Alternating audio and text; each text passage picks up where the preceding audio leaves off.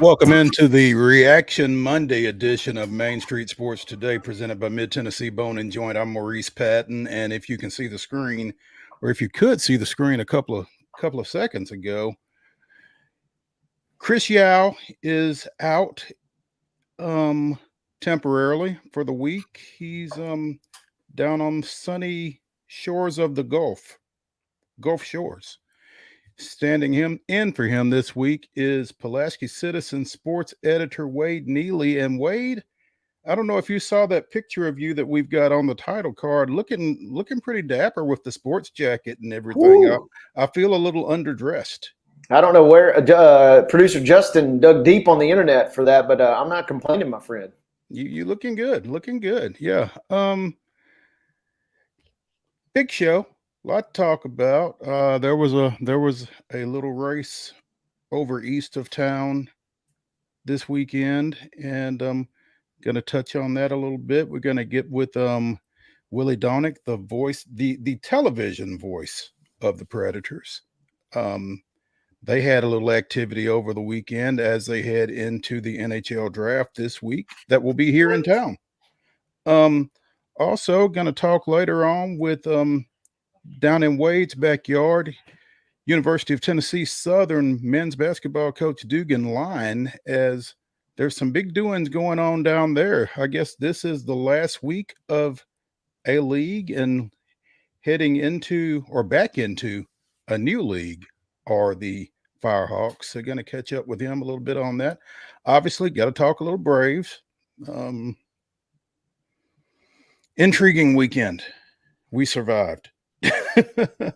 Yes. And go ahead. And I was going to say, and as you and I discussed with Justin prior to the show, whatever bit of mildness we had with weather in the month of June, bye-bye, it's gone. It's gone. It is burning off. Absolutely. Also going to round out the show with rapid fire reacts as we touch on some of the topics that came across my purview over the weekend and get some of Wade's reaction to them, and we'll just kind of knock those around a little bit. So like I said, good show, fun show. We're going to have a little fun here over the next hour and a half. And before we get too deep into it, want to give you this weekend's scores and today's schedule, and we'll do it right now on the rundown. This is the Rundown. The Monday Rundown is brought to you by Zion Christian Academy. ZCA offers a faith-based, Christ-centered education in Murray County. Give them a call today at 931-388-5831 or visit zioneagles.org to schedule your appointment today. Zion Christian Academy, prepared for college, equipped for purpose. Wade, feel free to jump in whenever you'd like. Absolutely, Mo. And summer baseball action. These are all post-19 senior scores coming in hot over the weekend. Post-19, 5, Paragould, Arkansas, 3. It was the seniors also defeating Baldwin, Missouri by a count of 6-0. The post-19 seniors knocking off Sikeston, Missouri, 7-3. This is one of my favorite ones, though. They knock off the Lake Area Rattlers by a score of 3-1. Posted a big 17-7 win over Owensboro, Kentucky, and rounded out the weekend with a nice 7-4 victory versus the Missouri Bulls. Well, if you like the Lake Area Rattlers, you're going to like this better because that 6-0 run over the weekend gave the post-19 seniors the championship of the Big Nut Classic over in Sikeston. Beautiful, beautiful. Yeah, yes. So the post-19 seniors are the reigning Big Nut champions. Major League Baseball over the weekend. Up in Cincinnati, the host Reds took the opener of their 3-game series against the Braves 11-10. Atlanta bounced back with back-to-back 7-6 wins on Friday and Saturday to escape with a series victory, and escape is absolutely the right word. Phillies and Mets played 3 over the weekend. The Phillies took the opener 5-4 on Friday, lost 4-2 to the Mets on Saturday, bounced back for a 7-6 victory on Sunday. Pirates and Marlins. Pittsburgh wins 3-1 on Friday. The Marlins 4-3 on Saturday and 2-0 on Sunday. Padres and Nats. It was San Diego 13-3 on Friday. The Nats coming back to win 2-0 on Saturday and 8-3 on Sunday. Other major league scores. It was the Brewers 7, Guardians 1, kicking off their 3-game set. Guardians did bounce back with a 4-2 win, and then the finale goes in favor of the Brew Crew. 5-4 is your final there. Astros took a tough loss to start the series versus the Dodgers, 3-2. They also lose one 8-7, but they did bounce back last night with a nice Sunday night baseball 6-5 game. It goes 11 innings as they knock off the Dodgers in that one. A couple quick scores from the minor leagues. The Sounds knocked off Norfolk 10-3. They also would come back on Sunday with a 3-2 win. Norfolk takes the middle game there 5-3. So the Sounds, including the game that you were at this weekend, Mo, the Sounds looking pretty good after a nice weekend here. Yeah, they split that 6-game series with that 3-2 win yesterday that I sat through. Fortunate enough to, like I said, have some suite access there and some AC access, not necessarily in that order. College baseball.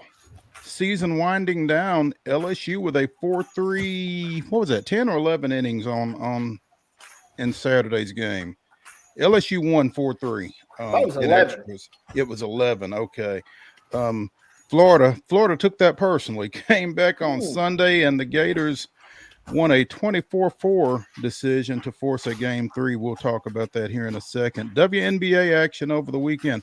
It was the Liberty 110, the Dream 80. The Sparks edged the Wings 76-74. Storm with a 97-74 win over the Mercury. Mercury's not very good. The Aces 101, the Fever 88.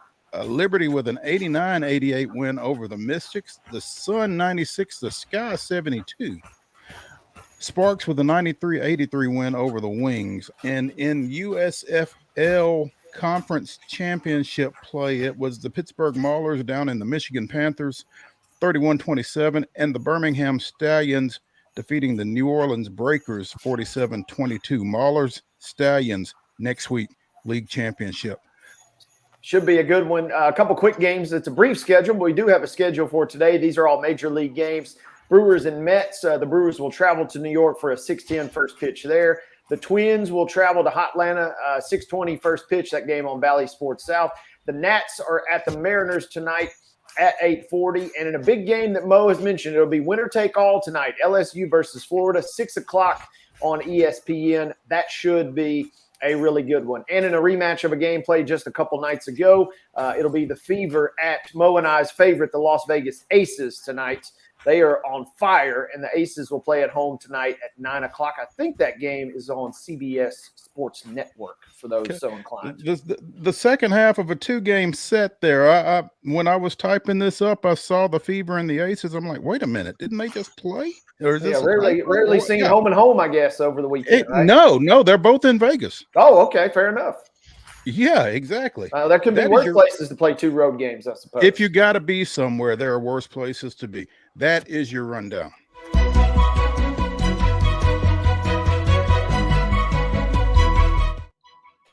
Top story. Like we said, a little race over in Lebanon this weekend, the Ally 400, and Trackhouse Racing, which is based here in Nashville, kind of picked up a win on the home track, I guess, as Ross Chastain winds up in the winner's circle for the Ally 400 over at the Nashville Superspeedway. His first win of the year. And I'm sure he wasn't post to wire, but he was running from the pole in that race. So that's pretty nice performance for Ross Chastain and for Trackhouse Racing. As we said, they are based out of Nashville, and so I'm sure that the celebration was a pretty significant one for them. Yep. And Mo, as I was driving back yesterday, I rode right by the speed track or speedway, and the big question for me was, would we get the race in? It was an absolute monsoon at times, and it was good to see him get it in. Obviously, Ross ran a tremendous race. And a nice little hometown flair as well, like you said. Absolutely. Them getting that win. Chastain finishes first. What else we got? Martin Truex Jr. places second. Denny Hamlin's 3. Chase Elliott's 4. Kyle Larson is 5. Chastain's teammate Daniel Suarez came in 12th in this one. So nice little showing, I would think, for Trackhouse Racing with the win and a 12th place finish for Daniel Suarez as well. So, yep. And a quick shout out too. There was a Giles County connection with Kyle Busch. Part of his team is former Richland Raiders standout years and years ago. Justin White is a member of his pit crew. Wow. Justin was a tremendous basketball and football standout at Richland. I think graduated 2000, maybe 2001. And he was kind of back at home, lives over in North Carolina, but he had a great time. And they finished, obviously, in the top 10 there at, 9th place over the weekend. Mm-hmm. So part of the Kyle Busch team. It was a cool little flair. Obviously, we had some Titans that were there. And, I'm a little envious of some folks. So the rumors were going around that Michael Jordan was cruising through the pits over the weekend, too. So you could have bumped shoulders with MJ there, I suppose. There is actual visual confirmation of Michael Jordan over there at the race on Saturday. One of Main Street Media's, specifically the Wilson Post photographer George Page, actually got a picture of Michael down on the track. So yeah, that's hobnobbing with the high cotton over there. And like you said, a few Titans hanging around. I know Bernard Pollard was over there. We've had him on the show, huge racing fan. And yeah, big weekend, big deal over there. And, we've got another race coming up here in a few weeks with the Big Machine Music City Grand Prix. Is that right? Am I getting that right, Wade? Yep, that'll be at Nissan Stadium and the kind of the surrounding areas first weekend in August. And I just hope it's, hope in one hand, wish in the other, type situation. But that if we thought this weekend was a scorcher, first weekend in August with cars blazing around downtown Nashville, my goodness. Yeah, at least this race last night was last night and not yesterday. And, listening to some decision makers at Nashville Superspeedway last year when the race got pushed back under the lights, it was kind of the creation of hey, this may work, especially this time of year. So they actually scheduled this one under the lights, and all indications are that it came off well. And like you said, with the weather that we had yesterday, might have been the best thing. So good stuff there. You said you were coming from over that way yesterday. Where were you at this weekend? Oh, need to mention before we get any further. Top story today and always brought to you by Piggly Wiggly out in Neely's Mill. Be sure and get through there for your hand-cut meats, and be sure to get through there for lunch. They have a lunch deli that Chris and I have yet to partake in, but it's on our list of things to do. So again, be sure and run through Piggly Wiggly over in Neely's Mill when you get a chance. Get some deals, get some hand cut meat, and get some hot lunch. It's always a good thing. But Wade, what you get into this weekend? We talked about me going to the Sounds. Went over to Fall Creek Falls over in East Tennessee. Got away, kind of unplugged a little bit, only a little bit though. I found it ironic. You go to Fall Creek Falls, you go camping, you're trying to unplug, but they have Wi-Fi available, so that was kind of a bit of a tease a little bit. So I did keep tabs on just a little bit of sports, but yeah, coming back over from near Sparta, Cookeville area yesterday, and we just got off onto 40 when the bottom fell out. And you know, I'm riding back and I'm wondering, are they going to have the race? I will say this, it was about 20 degrees cooler over there in East Tennessee before, you know, all that bad weather came in. Then when we got back to Middle Tennessee, it was a proper scorcher. So good times, had a great weekend. Producer Justin kind of telling me too, that's one of his favorite golf courses over in the area. Rode by there, didn't break the sticks out, but it's a lovely, lovely park. And definitely maybe the final few little bursts of cold that we get in this month of June here. I don't think you're going to hear cold in June again. No. And I don't think you're going to hear cold in July either, if this last few days is any indication. Yes, so hope you enjoyed the cooler temperatures this weekend, because it's getting ready to become summer in Middle Tennessee, I do believe. Wade, you mentioned your Astros in the rundown. Speaking of scorchers, Ryan Stanek was pretty hot Saturday night.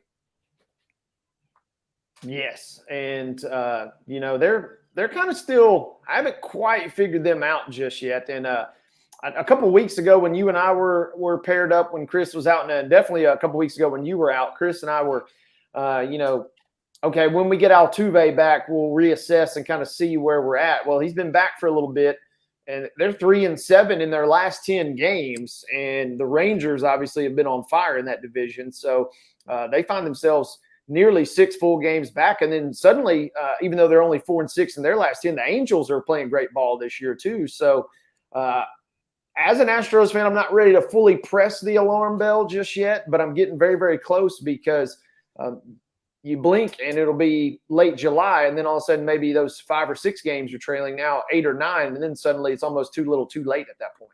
Yeah, you kind of wait for the other shoe to fall with this Texas team to some degree, I think, and you're almost to the point of thinking, well, maybe it's not gonna fall. Maybe they're just this good, and that can be problematic if you're the Astros, because like you said, going into today, they are 5.5 games back of the Rangers and only a half game up on the surging Angels. So yeah, that's setting up to be potentially a nice little three-way race. And the Mariners, coming off of a postseason berth last year, 2 games under 500, not exactly where you expected them to be either. So AL West looking a little topsy-turvy right now. Yep, and you know, just as quick as the Athletics won 10 or 11 in a row, they've now lost 8 or 9 in a row. It seems like they're 1-9 in their last 10. So that has been a very unusual division, an entertaining division to the outsider. It's not very entertaining if you're a team caught in the middle of it, I suppose. But and another point, kind of like with the Rangers, you're kind of waiting on that shoe to drop. Here come the Rays, still just chugging along. Obviously, they had that tremendous start. And you kind of just thought, yeah, they'd taper off, fall off a little bit, and they kind of have. But the good news is, if you're a Rays fan, I mean, they're still nearly 5 games up on the Orioles, who I don't know that you would necessarily predicted to finish runner-up in that division. So Yankees are nearly 10 full games back. Obviously, the Blue Jays and Red Sox kind of falling even further behind. So at some point, we kind of got into this, was it a feel-good story? Was it a feel-good story? And you kind of waited for it to level off. But at some point, it seems like the Rays and Rangers are kind of here to stay maybe. Yeah, no doubt. No doubt. Hey, we're going to talk a little bit more baseball here later in the show because obviously that's what we do as far as the Atlanta Braves go anyway. But we're going to go to a break. And when we come back, we're going to visit with the Valley voice of the Nashville Predators, Willie DAUNIC, as we said, in preparation for the upcoming draft this week. The new Predators front office of Barry Trotz and David Poole made a move. So stick around and we'll talk more about it here on Main Street Sports Today, presented by Mid Tennessee Bone and Joint. Stay with us.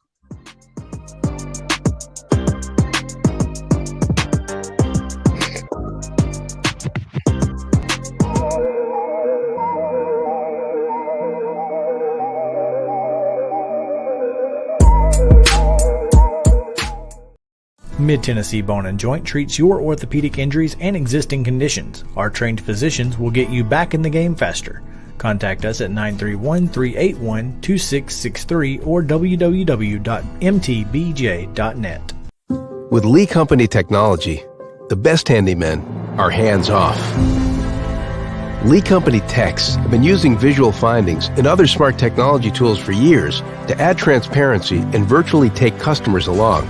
You see what we see, whether we're in a crawl space or on a roof.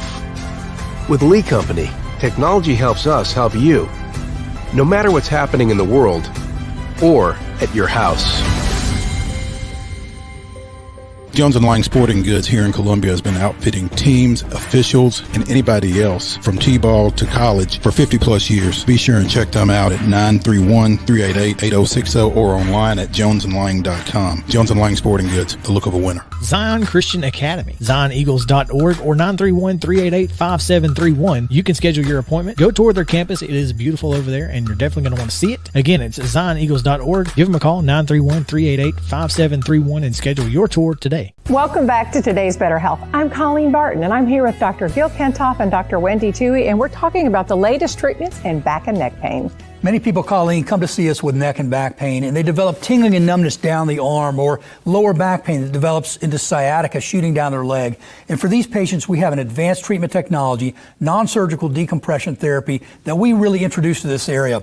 It separates the vertebrae and creates a suction to allow fluids and nutrients back in to heal the disc naturally, relieving pressure on the nerve and on the joint. It's an amazing treatment. We've been helping patients like this for the last 30 years, helping them get back to work, get back to their family, get back to the life they want to live. I mean, it really is amazing. Technology helping us to live pain-free and better lives. Right. And I bet you have a special offer. The first 25 callers will receive an examination, x-rays, review of our findings, and their first treatment, all for $39. Call 615-551-3897 today to receive this special offer. A game without a crowd is just a scrimmage. A performance without an audience is just a rehearsal. Without your presence, high school sports and the performing arts aren't possible. Ensure that these essential extracurricular activities continue to enrich the lives of students in Tennessee. Purchase a ticket to your local high school's game or performance. This message presented by the TSSAA. You can't see the sights without the sounds. From the crack of the bat to the roar of the crowd and everything in between, discover what Hit City has to offer. Spend your nights cheering on the Nashville Sounds at First Horizon Park with giveaways, fireworks shows, theme weekends, and more. Single game tickets are on sale now. Visit NashvilleSounds.com to claim your seat today. Mid Tennessee Bone and Joint has been the official sports medicine provider for Murray County Schools for more than 40 years. We specialize in orthopedic service, and our Ortho Quick Walk-In Clinic lets you bypass the ER. Visit us online at www.mtbj.net.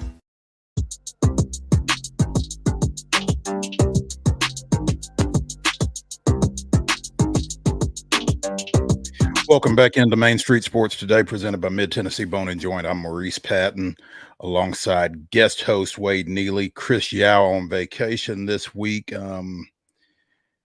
enjoying some sand and whatever else you enjoy down in Gulf Shores. So, There ain't no telling with that guy. well, there's not, but I hope he has a good time, man, because we're gonna have to get after it when he gets back. So Yeah. Um, yeah. As we mentioned in the opening segment, we are now joined by the Valley voice of the Nashville Predators, Willie DAUNIC. Willie, speaking of vacationing, up in the Northeast, where I bet it's not nearly as hot up there as it is here. You would probably be right. It's pretty. We got a little cloud cover, a little rain today up in Rhode Island. I'm here for my niece's high school graduation over the weekend, so it's great to get with the family. I'm missing the NHL awards tonight, but I will be back tomorrow night and be ready to go. We've got a lot of coverage of the drafts coming up in Nashville, so obviously it's a big week coming up at Bridgestone Arena starting tonight. So that is exciting. But Mo, I am excited to talk about the Predators. Good to talk to you guys today. Good to talk to you as well, and appreciate you taking a little time out of your family time. Also want to mention, though, you had a lot going on this week because you could have been over in Winston-Salem, South Carolina, as well for the National Sports Media Association Awards, co-broadcaster of the year this year. Is that right? Yes, along with our good friend Pete Weber, who I was just honored. That was really amazing for me, and I'm sorry that I could not get down there. Just too much going on with all of this happening, but I'm there in spirit for sure. I know Mike Organ, your longtime colleague, is over there representing Tennessee because Pete's going to be at the awards tonight in Nashville. So we couldn't be there tonight, but man, that was a great honor for me, especially to share it with somebody like Pete, who's so special to me as a guy that I learned so much from in the business. Absolutely. The Predators have kind of had that award on lockdown for the last few years. Terry Crisp winning it last year. So, yeah, but a big honor, Willie, and glad to have you with us for a number of reasons, that among them. Heading into the draft this week after the NHL awards, which are also here in town, the Predators with 13 picks got some decisions to make, obviously, but also opened some things up over the weekend with the trade of Ryan Johansson to the Avalanche. And in terms of surprises, where was that for you when you heard the news?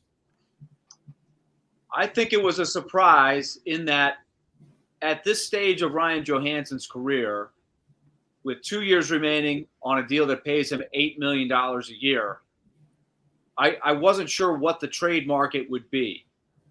They've got some young centers, the Predators do, that they want to give a bigger opportunity to based on what they did at the end of last season. Juuso Parssinen, who's a seventh-round pick that really looks like he is a talent, a force. I don't know if he's a number one center per se, but he's a very good player. Plus Tommy Novak and Cody Glass also had very encouraging growth in their careers last year. And if they had Ryan Johansson coming back, he had a freak injury, remember, towards the end of last season that short-circuited it just ended his season with about a quarter of the games remaining. Mm-hmm. If they were to bring Johansson back, it would have been crowded at the center position. But I just didn't think there would be a taker. Now, what they did was they basically gave him away for half price, $4 million a year.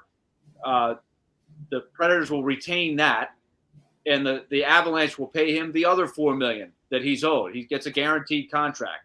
So the Avalanche basically are getting him for 2 years at $4 million a year, which was a good enough deal for them to say, we think we can revive Ryan Johansson and make him a part of our winning team. And they've got a really good team, but they had a hole at center. They're a little thin there. And so the Predators open up more cap space. The player that they got in return, and Alex Galchenyuk, is a pending free agent. And I don't think the Predators have any interest in signing him. It was just simply to clear the space for these other young centers to get the playing time and add more cap space to further give the Predators some options to wheel and deal and try to make their roster even better. And at the same time, Willie, I mean, Johansson's been a good soldier here for a pretty good while since he came over from Columbus back in 15-16. You know, an opportunity for him to maybe get somewhere where he could make a deep postseason run. I saw a comment from either Trotz or Poyle, I can't remember which, that basically the window has shifted for the Predators, which who knew? But I mean, it gives him a chance maybe on the back half of his career to have something to play for, as opposed to kind of being in a rebuilding type situation here in Nashville. Yeah, I think the Predators are trying to get younger, faster. They're trying to change the core a little bit. Ryan Johansson has been a great part of their core for a long time. As you mentioned, they brought him in the 2015-2016 season. They had a lot of success in the early few years that Johansson became a Predator. You think about, he was a part of sort of the rise. 2015-16, they won a playoff round. They hadn't won too many at that point. And they lost in Game 7 of the second round. Almost made a big breakthrough. Then the next year, they did make the breakthrough, the Stanley Cup final. He was a big part of that. Had he not gotten injured, who knows what the Stanley Cup final might have looked like if he were there, because he was playing probably the best hockey of his career at that point. And that earned him the 8-year, $8 million contract. The following year, they won the President's Trophy and the Central Division. The next year, they won the Central Division again. So he was there for probably the best 4 years that the Predators have ever put together in succession. Then little by little, his game started to drop off a little bit.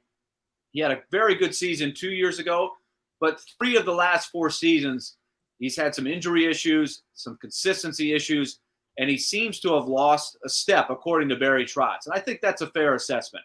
He's not a guy that's a speedster to begin with. The game itself is getting a little bit faster. So that's the question mark for him. If he can get in shape, come back from this injury, and play to his capability fast-wise, he's got the skill to help the Colorado Avalanche. But the Predators were looking to sort of move forward into a new chapter. And so let's see if it works out for both teams. Of course, when you trade within the division, guys, as you know, it's going to be something everybody is for, right? Who wins that trade? And you're obviously going to see him back here in Bridgestone at some point as well. And those type players are typically pretty motivated when they come back and face their former team. Willie DAUNIC, the Bally voice of the Nashville Predators, joining us here on Main Street Sports Today, presented by Mid-Tennessee Bone and Joint. You can follow him at WillyD1025 on Twitter. With that move, Willie, does it kind of make you think that there might be something else to come down out of the Predators between now and the draft? Between now and the draft, I'm not sure. But at the draft, what you have is every general manager for every team is in the city, right? They're all going to be sitting. If anybody's going to go to the draft, and if you can, I think it's absolutely worth doing. If you can get a ticket, it's a lot of fun. It's different. You know, I know that people that went to the NFL draft in Nashville, they were sitting there for 2 or 3 days with a mass of people. The weather's going to be a lot nice. It's not going to rain on you like it did. But what's fascinating is you have all these general managers of teams sitting there at these tables. They're easily gettable. There's a lot of deals that are talked about. And this year especially, it's not a strong free agent class. So I think there's a lot of teams interested in making some trades. So I think you will see a lot of trades during this draft. And I would not be surprised at all if the Predators are involved in that, because they've created more cap space. They already had some. They got more with the trade of Johansson. And they also have a lot of draft picks to wheel and deal with and still draft and get some good players during this draft. So they have the tools to make trades. I think they're looking for opportunities. They don't have to.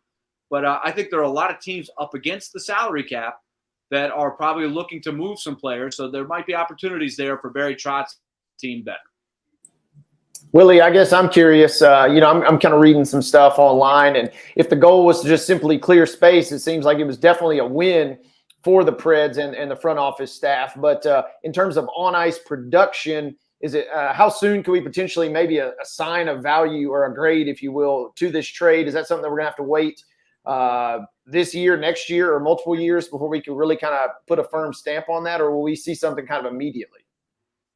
It's a really good question. The more immediate part, I think, will be determined by how Johansson does with the Avalanche, because he's going to get a chance to play with some really good players. As you guys know, the Avalanche, they won the whole thing 2 years ago. They had a lot of injuries.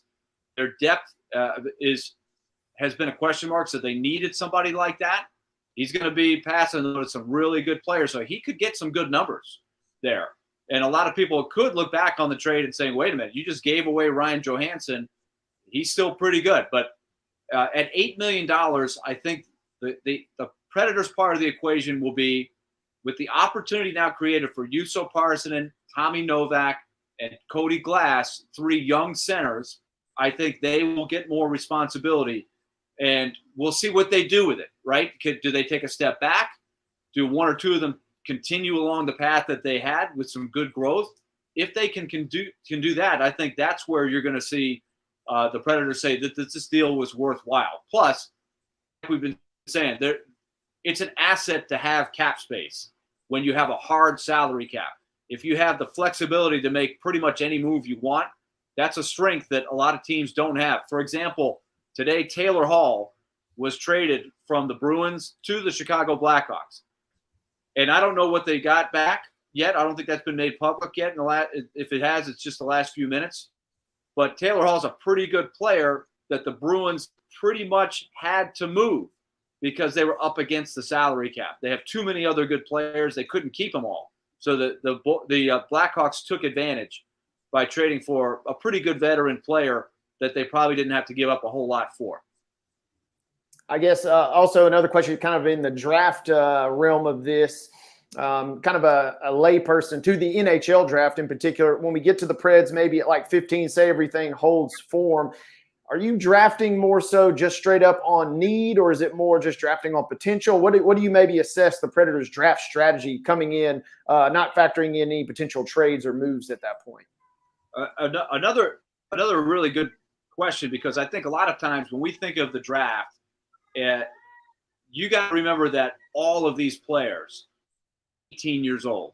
So only the guys at the top. Now, there's a superstar in Connor Bedard that's going to be the first pick tonight by the Blackhawks. He will likely go right into their lineup. And like LeBron James and Kobe Bryant, he's going to play right away at 18. And we'll see. It might take him a year or two, but everybody thinks he's the next star player. After about the 3rd or 4th pick, those types of guys are not usually available. It's going to be more like 2 or 3 to 4 years before you really start seeing what you're getting. So to draft at need, right, the Predators have a need on defense, and they probably, to be fair, have a need. Maybe if there's a superstar number 1 center out there, that's a big need. But you're not going to get that with the 15th pick. You're getting an 18-year-old kid who's probably a couple years away. So to me, you probably draft the best player available at that point. Now, I would say the caveat would be you're probably not drafting a goalie, because they're in pretty good shape organizational-wise with the goalies at this point. But I would not be surprised to see a defenseman. Definitely, if there's a center they like, they would look at that. But if there's a dynamic winger, I don't think they would cross that off the list as well. What you might look for, too, with so many picks, they have 2 in the first round, 2 in the second, 3 in the third. So they could try to use some of those picks to move up a few slots if they thought the right guy was there for them, the guy that they really want might be there, I don't know, say pick number 9 or 10. That could be in the cards. So keep an eye out for that. Willie, it's interesting. You covered a lot of ground right there, and NHL.com has a mock draft up where the 2 guys that they're mentioned most likely at 15 to take a hard look at are center Oliver Moore, who is set to go to Minnesota, University of Minnesota this fall, and or Gabriel Perrault, a right winger whose dad played in the NHL as well, former NHL center Yannick Perrault. So he actually played for the Predators, so that'd be interesting to watch. He played for a lot of different teams, but he was a Predator at one point. It's interesting. I'm sure most of the people, when you are reading those names off, are saying, I really don't know who those guys are, because remember, these guys have been playing all around the world, a lot of them in Canada. What a lot of them are going to do is they're going to be drafted in the next couple of days if they're European, they might stay over in their home country for another year as they continue to get seasoning. Some of them might, like you said, the first guy that you mentioned, he's going to go play, he's going to go to college and play for at least a year. And every year the team can assess and he can assess if he's ready pro. And then, so that's the difference in, say, Major League Baseball, where a guy's got to decide, am I going to college or am I going to go pro? And he's got to make that decision after the draft. In hockey, you can draft a guy and then he can go to college for 2-3 years, and then you still retain his rights, and then you can bring him into your lineup at that point. So there's pluses and minuses of the system. But Wade earlier asked too about the philosophy. Barry Trotz is pretty interesting what he said. He said, look, we've got a lot of good players in our system right now. So I'm looking for that guy that can bring the fans out of their seats. When these are 18-year-olds, you don't really know exactly what you're getting. But there's sometimes two different types of guys. Player A would be a guy that you have a pretty good sense. He may not be a superstar, but he's got a high floor, and you feel pretty good that he's going to make the NHL and help you. Then you've got another guy that maybe has got a higher ceiling, a great skill set, but maybe more question marks. Barry Trotz seems to be leaning towards those kind of guys. He wants the guys who might have a chance to become stars more so than just steady types of players. He thinks he's going to be able to find enough of those guys. So we won't know for a few years, but it's an interesting philosophy. He wants the scouts to take some high-end swings on some guys. Big swings. That's what he's about, the big swings right now. Hey, there you go. Swing hard in case you hit it. But also, Willie, there is an article that has popped up on NHL.com here in the last hour, so you may not have seen it yet. But John Glennon of NHL.com has an article headline, Predators hoping to enter top 4 of 2023 NHL draft via trade. And so you mentioned, again, those 13 picks and those, 7 in the first 3 rounds, they may be able to package something together and jump up into top 10, top 4. And I guess that kind of changes everything, doesn't it? If that actually takes place. That would be something that would create a big stir around the league if they did that. Now, I'll give you the backdrop. What most people think, the top 4 picks are all centers, those number 1 centers that are really hard to find. Now, I would tell you that the 4 teams that pick in those top 4 spots, they had to be pretty bad to get those picks. They tanked so they could get access to these guys, right? And these are the kind of guys that, they could end up in your lineup this coming year or next year. So for them to give up that pick, I would be curious of what Barry Trotz would have to put up as a package to move up that far. I would be surprised if he could get up that high. And then there's an X factor. This Russian kid named Matvei Mishkov, who he's a special case because he's been playing in Russia. He has signed a 3-year contract to stay home and play in the KHL. So you may not have access to him for at least 2 years, maybe 3. Now that didn't stop them from drafting Yaroslav Askarov, their top goalie prospect. He came over after a couple years, and it's worked out really well. They love what they're seeing in him.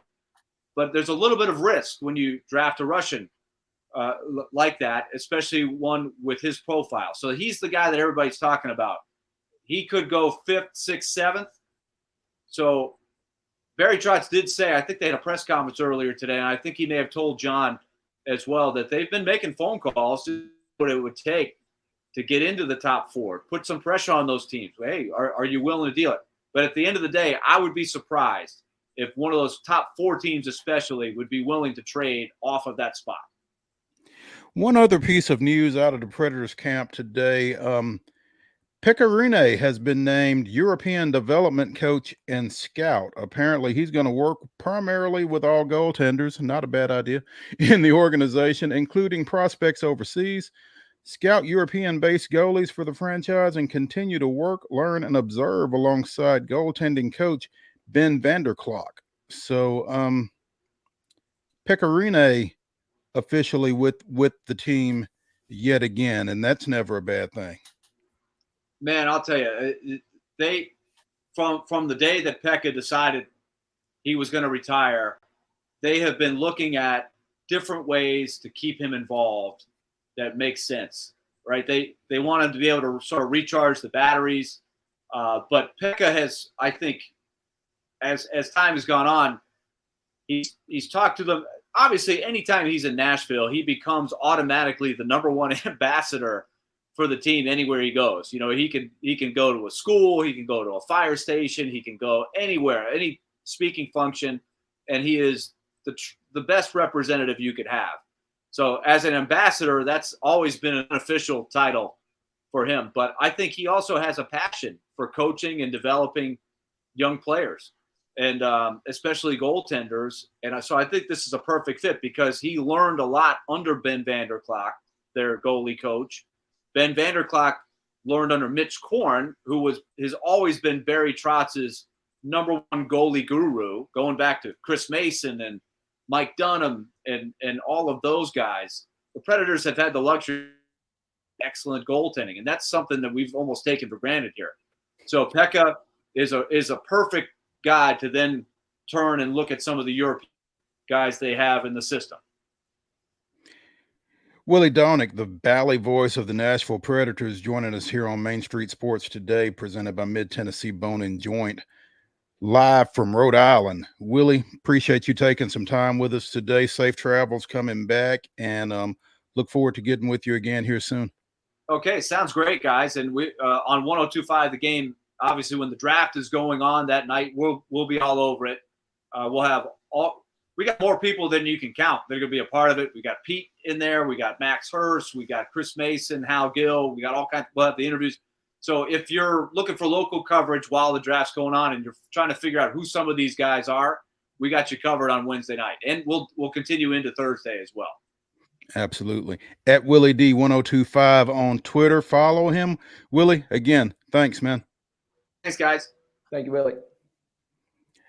When we come back, it's time for a little Braves chatter here on Main Street Sports Today, presented by Mid-Tennessee Bone and Joint. Stay with us.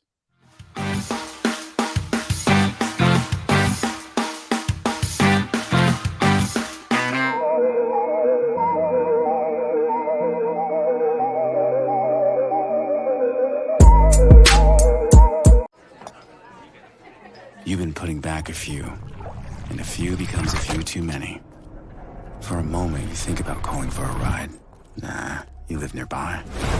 What's the worst that can happen? You get pulled over, your insurance goes up, you lose your license, you total your car, you kill someone.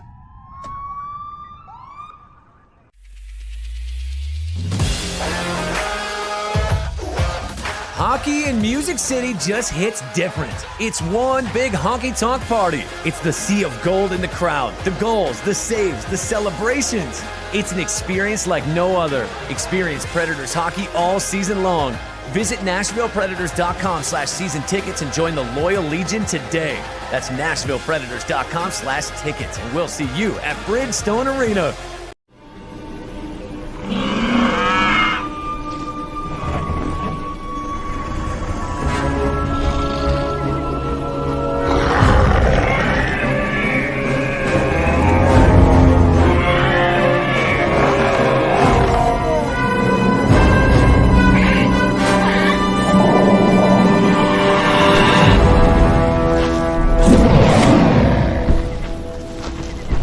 Tired of hanging lights every year? We get it.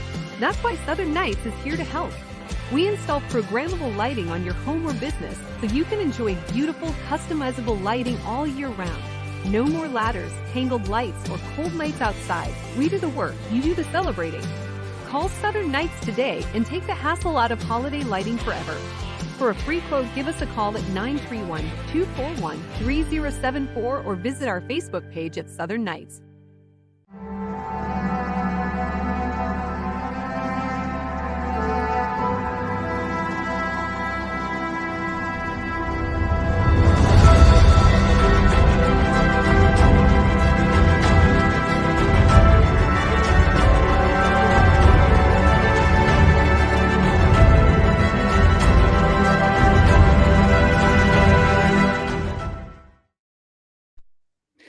June 26, 1956. After winning 11 straight games under Fred Haney, who was elevated from his coaching role to replace the dismissed Charlie Grimm earlier in the month, the Braves lost for the first time in Haney's managerial tenure, dropping a 4-2 road decision to Robin Roberts and the Philadelphia Phillies. Haney later led Milwaukee to the World Series championship in 57 and the National League title in 58, and was fired after the team lost a playoff to the Dodgers in 1959. In 1960, he served as a color analyst for NBC's baseball broadcasts, working with Columbia native Lindsey Nelson. That was this day in Braves history. Welcome back to Main Street Sports Today, presented by Mid-Tennessee Bone and Joint. Maurice Patton. That's Wade Neely. That's not Chris Yao, although they do both have the beard working. So, I mean, it would be an easy enough mistake to make, I guess. But, Wade, I know you're not as big a Braves fan as my regular co-host, so you probably weren't as fired up to see the Braves finally get 2 of 3 from Cincinnati as I was. But after that Friday night game where Elly De La Cruz certainly showed Braves country what he was about, hitting for the cycle in his 15th game, it was good to get out of there with a series victory. Yep, and like I said, I did have a little telly and a little internet access over the weekend, and that was something that kept popping up. Was wow, De La Cruz, this kid just continues to impress. Just a handful of games into his career, but you're right, they bounced back, got 2 nice wins. That was a fun and competitive series, and kind of like I mentioned with my Astros being in that log jam in the West. It's fun and it's entertaining in baseball unless your team's in the thick of it. And then those one-run games that are so fun, so entertaining, when you're hanging on for dear life, they're suddenly not quite as fun, right? Absolutely, man. Folks were posting about how much fun a postseason series would be between these two, and I'm like, nay, sir, nay. I don't want to see these guys anymore. Certainly not in a win-or-go-home situation. They're dangerous. I mean, I think particularly in their park, the Great American Ballpark, alias the Great American Small Park. There were 17 home runs, I think, in the first 2 games. And I don't know how many there were yesterday because I was kind of preoccupied with the sounds. But, I mean, the ball flies out of there more frequently than it does pretty much anywhere else. And so the good news is you're never out of a game. The bad news is the Reds are never out of a game. And I think we saw that over the course of this series. Again, 11-10, 7-6, 7-6. It was close. It was tight. It takes a toll on your pitching. I would imagine if you're a pitcher there, you really wonder if you can pitch. And it's tough. And you just really kind of have to put your ego to the side and just keep throwing strikes and hope for the best, I guess. But it's crazy, but I don't want to see those guys anymore. Certainly with nothing more than 1 out of 162 on the line. I don't think that's a dangerous team in that park. Yeah, 100%. You're right, and that's the big caveat there. You don't want to play them at their yard because they're never out of it, and both teams just lighten the scoreboard up over the weekend. And like I said, it was fun and it was entertaining to check out. And De La Cruz obviously is going to get all the headlines, and rightfully so, because this kid, wow, seems like every few years we just have these prospects that they're going to be pretty good, and then when they do these things in games, you're still just in awe of how strong and how impressive they are. Well, the thing about this kid is, I mean, he is that classic 5-tool dude. I mean, he ran out a triple in 10.83 seconds to complete the cycle on Friday night.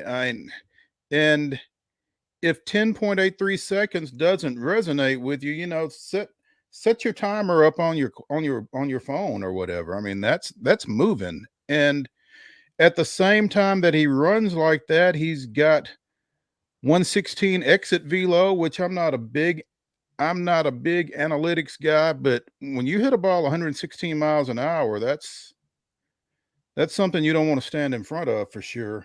And defensively, he handles both third base and shortstop, and David Bell is playing him at both. So, I mean, they've got a lot of versatility with that club, and he adds to that. I don't know where he's going to settle in at eventually. I don't know if his height is going to push him off shortstop or what the situation is going to be with him, but with his athleticism, he's going to have a nice future, man. He's fun to watch.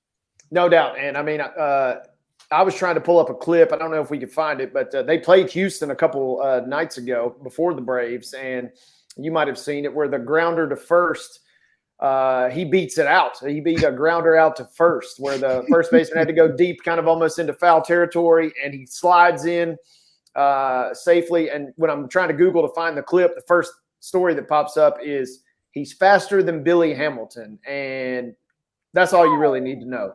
That really is all you need to know if you know anything about baseball. He's faster than Billy Hamilton. That's pretty amazing. And can take it out of the yard a lot better than Billy could, so. If he can take it out of the yard at all, he can take it out much better than Billy Hamilton. But yeah, Braves with those 2 wins on Friday and Saturday become the first National League team to reach the 50-win plateau. They are 50-27. 6 games ahead of the competition in the NL East. Miami is second. Phillies and the Mets are both double digits back. Phillies are 10 back. The Mets are 15 back at 35-42. So, as I mentioned to somebody on Twitter, they might be a little bit more concerned about getting to 500 than getting to first place at this point. But not going to make any declarations. Just going to enjoy that six game lead in the division right now and being the best team in the National League right now. Again, they've got the Twins coming into Truist tonight. I'm just getting ready to say a scrappy Twins team too as well. Oh, no question. And Smyrna legend and former Vandy boy Sonny Gray getting the start at Truist. I wonder what his ticket list is looking like tonight as he goes up against Spencer Strider in the opener of the 3 games. Wade, Justin is indicating that he thinks he found the clip to which you are referring. Here we go. Fair ball glove on a bounce foot race, hit for slide save. Oh, the outstanding speed of Ali De La Cruz. McLean the third. Man. What an electric play on an infield hit. And that was a bullet too, Wade.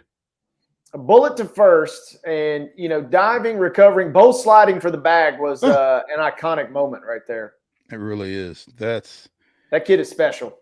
He really is, man. He really is. If he can just stay healthy, because I mean, I think a lot about O'Neal Cruz, the shortstop for the Pirates, when I see him. And Cruz coming up has dealing with a leg injury that he sustained earlier this year, and he's out. But yeah, you hate to see those guys with that kind of skill, that kind of talent, that kind of drive get hurt. And so hopefully he can stay healthy and keep lighting it up the way he is right now. Braves threatening to take over All-Star balloting. Ronald Acuna Jr. is already assured of a start in the upcoming game, and they've got another 6 guys that are in phase 2 of the balloting. All 4 of the infielders, plus Sean Murphy at catcher, and Michael Harris with his recent surge has put himself in position to get voted into the All-Star game here in phase 2 voting as well. So if you are a Braves fan, vote early, vote often. That's all I can say. What else? They will be well represented. I do believe they will. And then again, you kind of hope that Jesse Chavez can get back from the IL and possibly be up for a spot there out of the pen as well. The way he's thrown here in the first half of the season, Bryce Elder maybe. It's going to be interesting to see which pitchers, get considered for that game out in Seattle later next month as well. So certainly we'll be keeping an eye on that.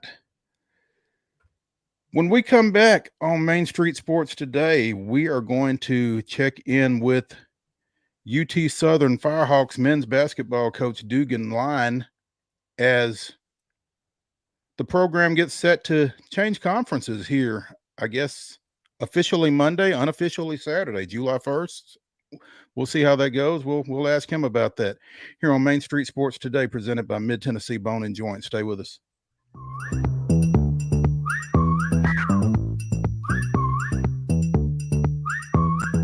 Mid Tennessee Bone and Joint treats your orthopedic injuries and existing conditions. Our trained physicians will get you back in the game faster.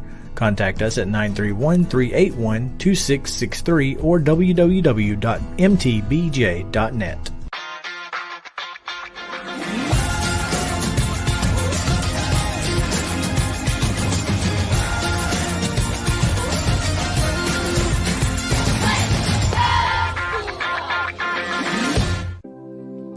Custom Stone Handlers supplies over 600 distributors and suppliers with quality stone products. Along with River Stone, we produce and distribute over 100 building, landscape, and other bulk products.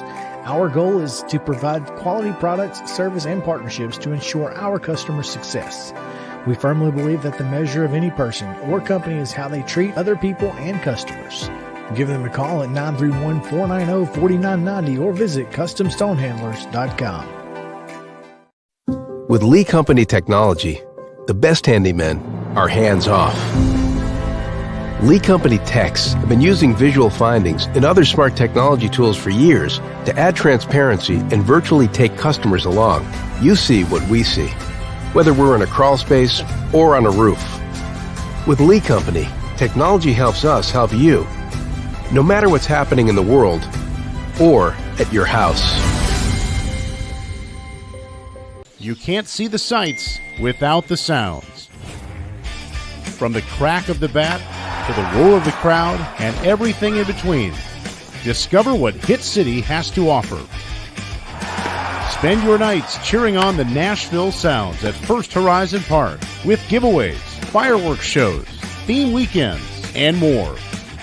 Single game tickets are on sale now. Visit NashvilleSounds.com to claim your seat today.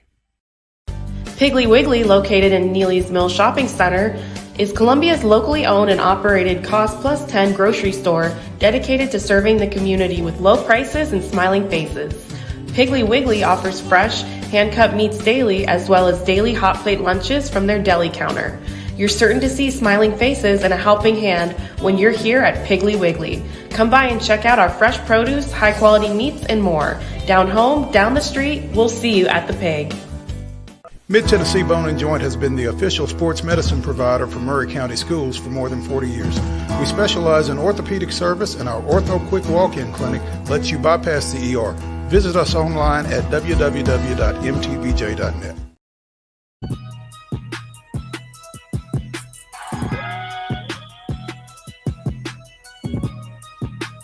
Welcome back to Main Street Sports Today, presented by Mid Tennessee Bone and Joint. I'm Maurice Patton, along with Wade Neely, sitting in for Chris Yao. And joining us now is University of Tennessee Southern men's basketball coach, DUGAN LYNE. He's joining us on video. There he is. Coach, good afternoon. Man, how's it going, guys? Great to be here. Glad I could join you guys and look forward to talk a little UTS men's basketball. Absolutely. We appreciate it. Now, Wade tells me, are you out of town as well? Are you out of pocket? I am. I'm enjoying a little family vacation here in Glenwood Springs, Colorado. So we appreciate you allowing us to interrupt for a few minutes, and we'll try not to take too much of your time. But I just thought it was interesting, Coach. I got word. I think this may have initially been discussed while I was out of pocket, but apparently UT Southern is leaving or has left the Mid-South Conference and is going back to the Southern States for the upcoming school year. And I guess that'll be effective July 1st, July 3rd. Yeah. Here soon. Yeah. So we are going back to the Southern States. Obviously, our time at the Mid-South was short and sweet. The Mid-South Conference, as far as basketball goes, was great. The competition was, elite as far as the NAI level goes. But that does not take away anything from the Southern States. I mean, I guess 2 years ago, we had two Southern State schools competing for the national championship in men's basketball as well. So, I mean, there's no there's no easy conference, and we're not sitting here jumping to a conference that we believe is inferior by any stretch of the imagination. So what prompted the move, Coach? I think that there are some other schools in the Mid-South that kind of had expressed some ideas of going a different direction. We're not the only ones. I mean, Life University left this past year. This past year was their first year in the Southern States. Pikeville is actually leaving at the same time as Shawnee State up in Ohio is leaving as well. Thomas More is going Division II. And so it was just kind of one of those things where the number of teams in the Mid-South was kind of dwindling, and maybe we got out ahead of the posse, just because, the Mid-South may not we don't know what the future of the Mid-South was, but we definitely knew what the future of the Southern States was, being there and having a really good relationship with Mike Hall, our commissioner. So we're really excited to be headed back that way. Mid-South looks a little, I don't know if unwieldy is the word, but certainly a lot of schools in that conference. Is that a plus, a minus as you look at it, as you head out? Yeah, I think that was one of the draws back to the Southern States, was just the number of schools that were going to be joining the Southern States in the future. We are not the only school joining the Southern States this year. Point University is joining. Another one is escaping me. Thomas University. Thomas University is joining as well. And then I believe that we'll probably look to add a few more from, just the conversations that we've had at the conference meetings and things like that. So, I think that the Southern States is definitely growing, and I do think it's a good thing. I just think that stability is key, and one of the best ways to be stable is to have a large conference and have a large pool of teams that are invested in the conference as well. Coach, you've been with the school obviously a long time, and especially the last several years as the head coach, but you're familiar with all the sports. How much of a plus or a negative? I assume it's going to be a plus there. How much is the travel going to improve? If nothing else, we know that those basketball trips in December are a lot easier to make it down to Alabama and Georgia than they certainly are going up to Ohio, right? Absolutely. Well, you don't have to contend with snow. You don't have to look at the weather forecast and really start thinking about, are we going to get snowed in, or are we going to be able to make it to Georgetown, or are we going to be able to make it to Cincinnati? So that's one thing. I think that's obviously, the safety of just traveling is a big plus, but we also have a lot of schools that are pretty near to us. Blue Mountain's less than 3 hours away. Dalton State's less than 3 hours away. Faulkner is about 3 hours away. Stillman is less than 3 hours away. And just kind of the familiarity of those guys anyway was a huge plus as well. But I definitely think that travel had a little bit to do with it. And especially for those spring sports, man. Nobody wants to go play baseball in January and February up in Ohio. So, I think that, baseball, softball, they're really looking forward to being able to, head down to Montgomery and Mobile and play in a little bit warmer climate, during their season. No doubt. And that will be a welcome addition for you guys for sure, not having to contend with those severe weather possibilities. I'm also kind of curious. This is a conference that you guys are returning to where the schools had success across a variety of sports, men's basketball especially, making a great run, winning the tournament a couple years ago back in 2015. And I guess I'm curious, what is the chatter maybe collectively from the conference or just the other member institutions? I assume that they're excited to have you guys back in because it's going to make the league that much stronger. Absolutely. I think that adding us and Point and Thomas, it just adds to more depth. There are no easy games. You're not adding a patsy. Thomas was a national tournament team as far as men's basketball goes. And then obviously I believe Point has got a really good softball or baseball team, I believe. So, you're just adding sports that continue to add depth, and these schools are putting athletics as a priority, much like UT Southern. So, like I said, it's exciting to be able to go back to a conference where we see a lot of familiar faces and, going to enjoy the camaraderie that we had before we left. DUGAN LYNE, the men's basketball coach at the University of Tennessee Southern, joining us here on Main Street Sports Today, presented by Mid-Tennessee Bone and Joint. Again, Dugan, going back to the Southern states, what was the conversation like, between you all to what I guess? What was the conversation like with Southern states officials, school officials, when you say, hey, we left 3 years ago, we'd really like to come back? I mean, how does that go over? Because I know my alma mater was connected with going back to the Sun Belt for about that long during some realignment, and some folks put the quietus on that. But I mean, going back, how has that been received? Well, the coaches are looking forward to it. Our athletic director, Brandy Paul, has done a really great job of being very transparent in the process with us, taking our feedback, and, ultimately she believes this was the best move for us. And I think that there is a resounding vote of confidence of absolutely, it definitely is the right move for us in going back to the Southern states. And she's done a great job just in all parts since, taking over as athletic director. But, as far as this move right here, she's definitely done an outstanding job of putting us back in that position to do what is best for our athletic department and ultimately UT Southern. I guess my question was, do you have a feel for how well it's been received across the Southern states? The members of the conference that you're coming back to. They're definitely excited to have us back. Once again, it goes back to that whole, you're adding depth. I mean, you want to have a strong conference regardless of the sport: men's soccer, women's soccer, softball, baseball, basketball. And I just think that, our track record is there. Men's and women's soccer is perennial powers, and the baseball had a rebound year this year and had a good year this year.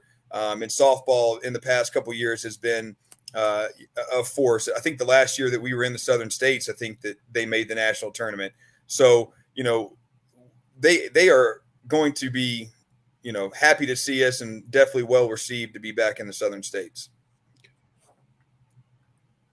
I guess, Dugan, while we got you here, let's talk a little UT Southern hoops as well. You're on vacation in Colorado. I'm assuming you're not popping in any open gyms or anything out there, but you're always recruiting, right? Give us a feel and give our listeners and watchers a feel for how the Firehawks look heading into what should be a promising first year back in the Southern states. Yeah, so we're very fortunate. I'm going to have two returners back with me that are going to be with me for 5 years now, and Darian Hudson and Brady Brown. And Brady Brown, obviously being a Summertown native, which is near and dear to Pulaski. And then Springfield's only about an hour and 45 minutes away from Pulaski, which is where Darian is from as well.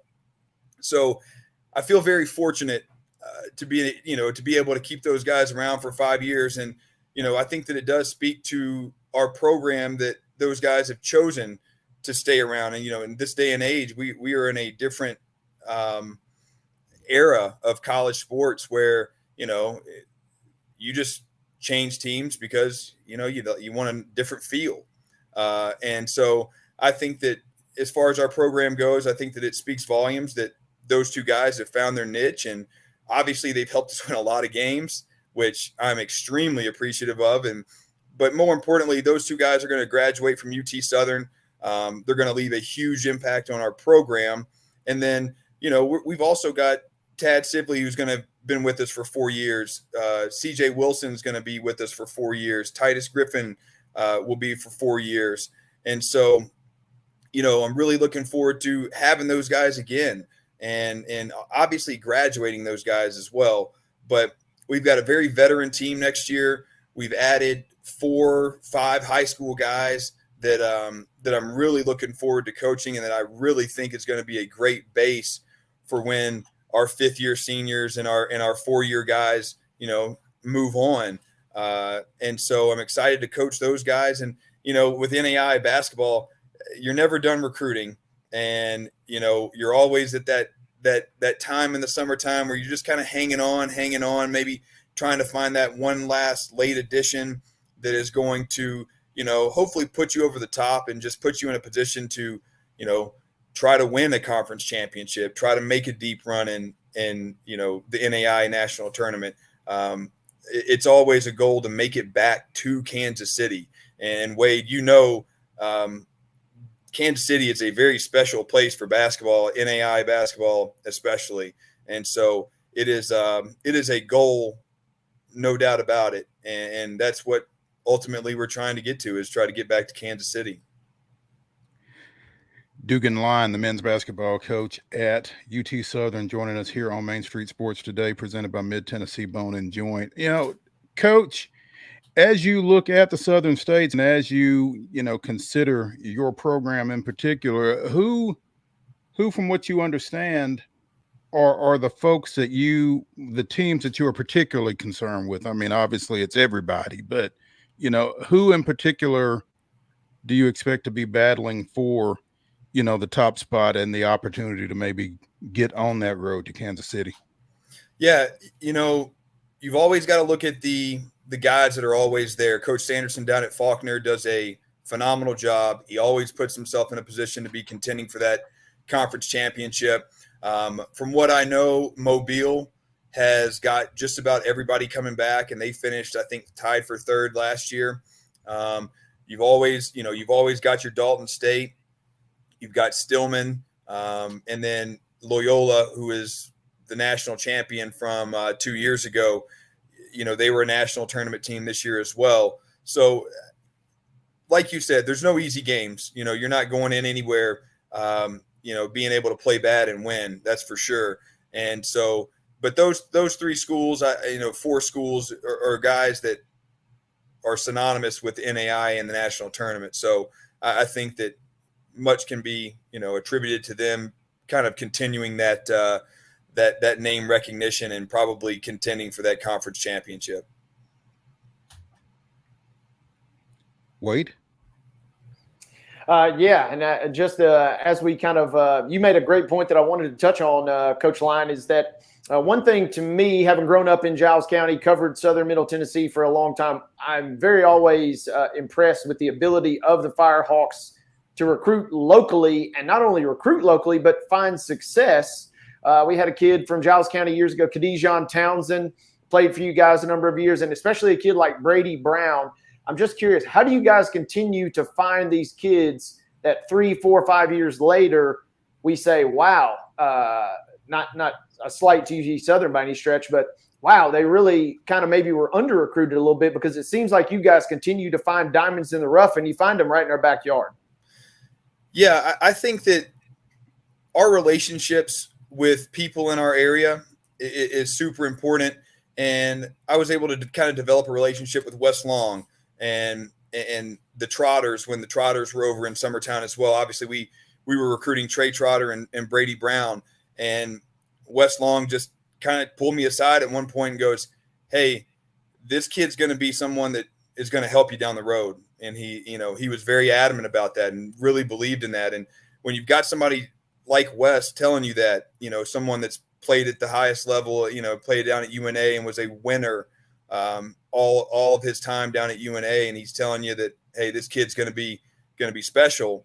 Well, he wasn't wrong. And so, but it's a huge,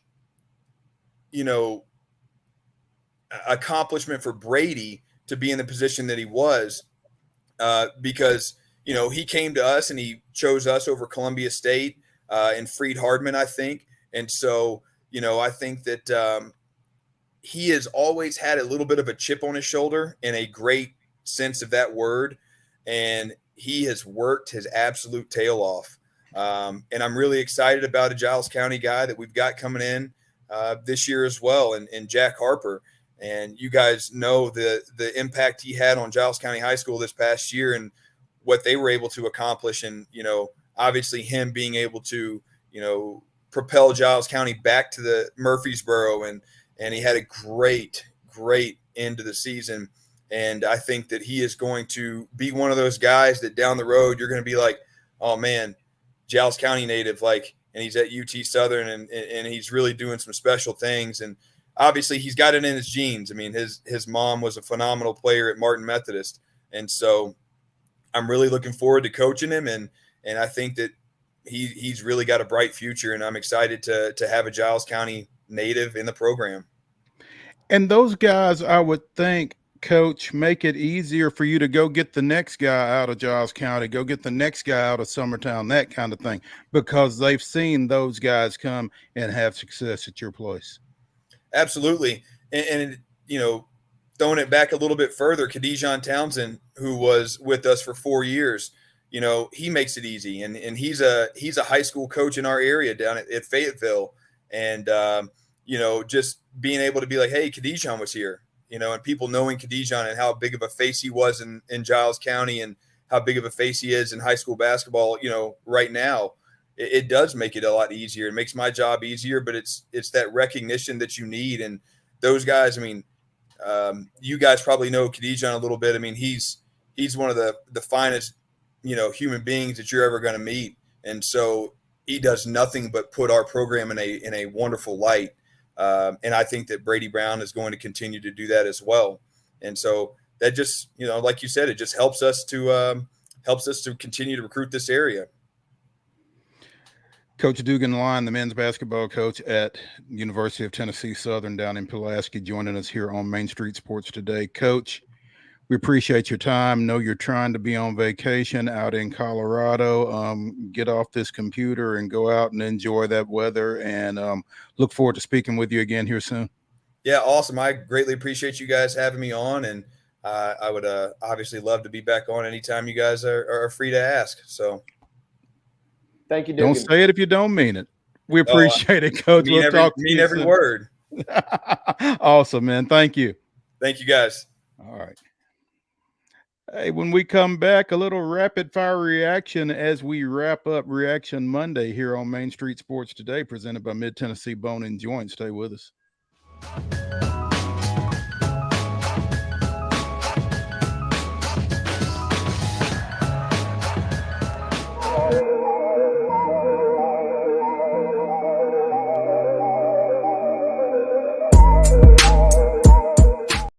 Mid-Tennessee Bone and Joint treats your orthopedic injuries and existing conditions. Our trained physicians will get you back in the game faster. Contact us at 931-381-2663 or www.mtbj.net. With Lee Company technology, the best handymen are hands-off.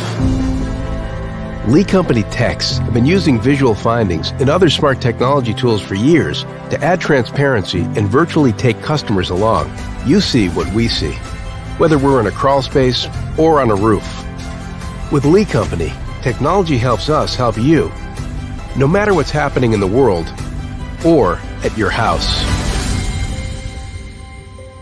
Jones & Lang Sporting Goods here in Columbia has been outfitting teams, officials, and anybody else from T-ball to college for 50 plus years. Be sure and check them out at 931-388-8060 or online at jonesandlang.com. Jones & Lang Sporting Goods, the look of a winner. Zion Christian Academy, zioneagles.org or 931-388-5731. You can schedule your appointment. Go tour their campus. It is beautiful over there, and you're definitely going to want to see it. Again, it's zioneagles.org. Give them a call, 931-388-5731, and schedule your tour today. Welcome back to Today's Better Health. I'm Colleen Barton, and I'm here with Dr. Gil Kentoff and Dr. Wendy Toohey, and we're talking about the latest treatments in back and neck pain. Many people, Colleen, come to see us with neck and back pain, and they develop tingling and numbness down the arm or lower back pain that develops into sciatica shooting down their leg.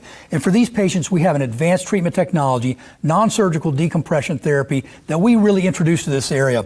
It separates the vertebrae and creates a suction to allow fluids and nutrients back in to heal the disc naturally, relieving pressure on the nerve and on the joint. It's an amazing treatment. We've been helping patients like this for the last 30 years, helping them get back to work, get back to their family, get back to the life they want to live. I mean, it really is amazing. Technology helping us to live pain-free and better lives. Right. And I bet you have a special offer. The first 25 callers will receive an examination, x-rays, review of our findings, and their first treatment, all for $39. Call 615-551-3897 today to receive this special offer.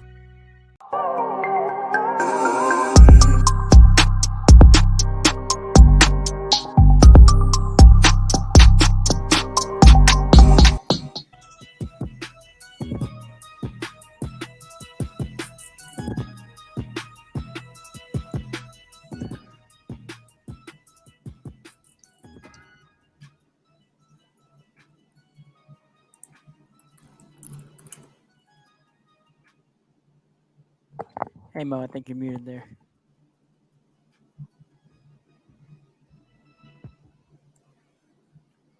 We lost Mo to the mute button for a second there.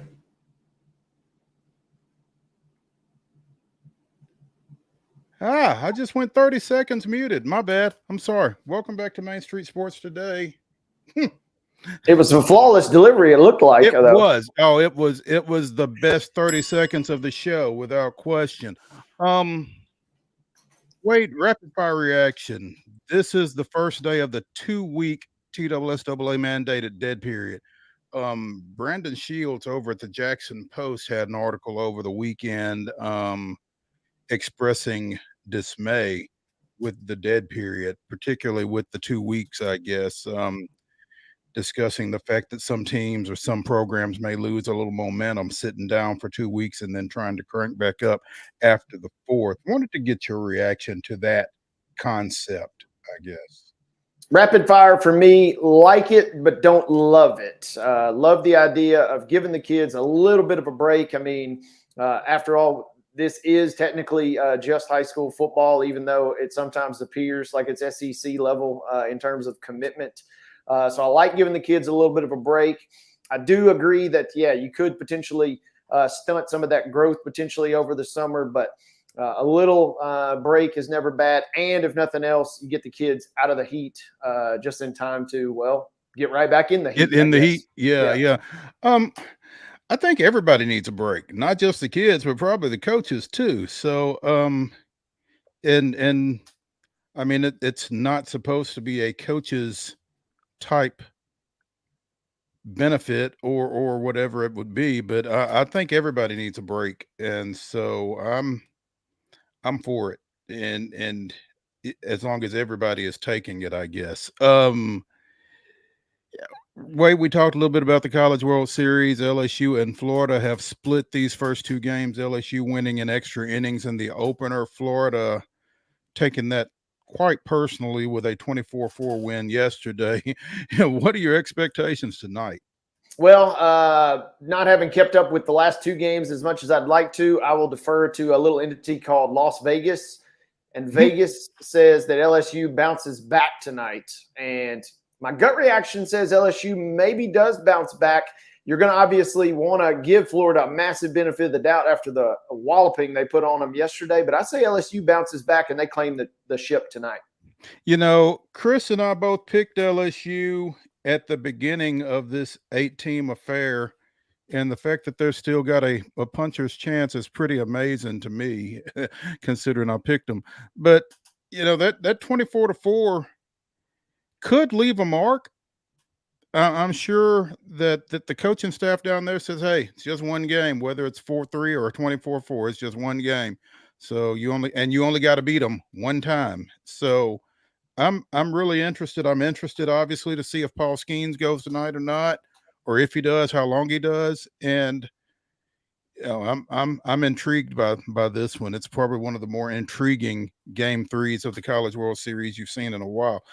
Speaking of the College World Series, Tennessee's Chase Burns apparently has gone into the transfer portal. I don't know how long he's going to stay or what his situation is. Were you shocked to hear that? Kind of shocked, and depending on who you believe, he may come back. I wouldn't be surprised if he does, but a little bit shocking considering you know what great success he's had. But again, also in this day and age, kind of not shocked by the transfer portal news as well. Yeah, no question. Well, hey, that's going to do it for us here on Main Street Sports today. Wade, thanks for sticking in with us or stepping in with us. Look forward to having you again tomorrow and the rest of the week. And Justin, good job pushing the buttons. I wish you could have pushed my mute button when I didn't, but at any rate, join us tomorrow here on Main Street Sports Today, presented by Mid Tennessee Bone and Joint, starting at 2 o'clock. See you then.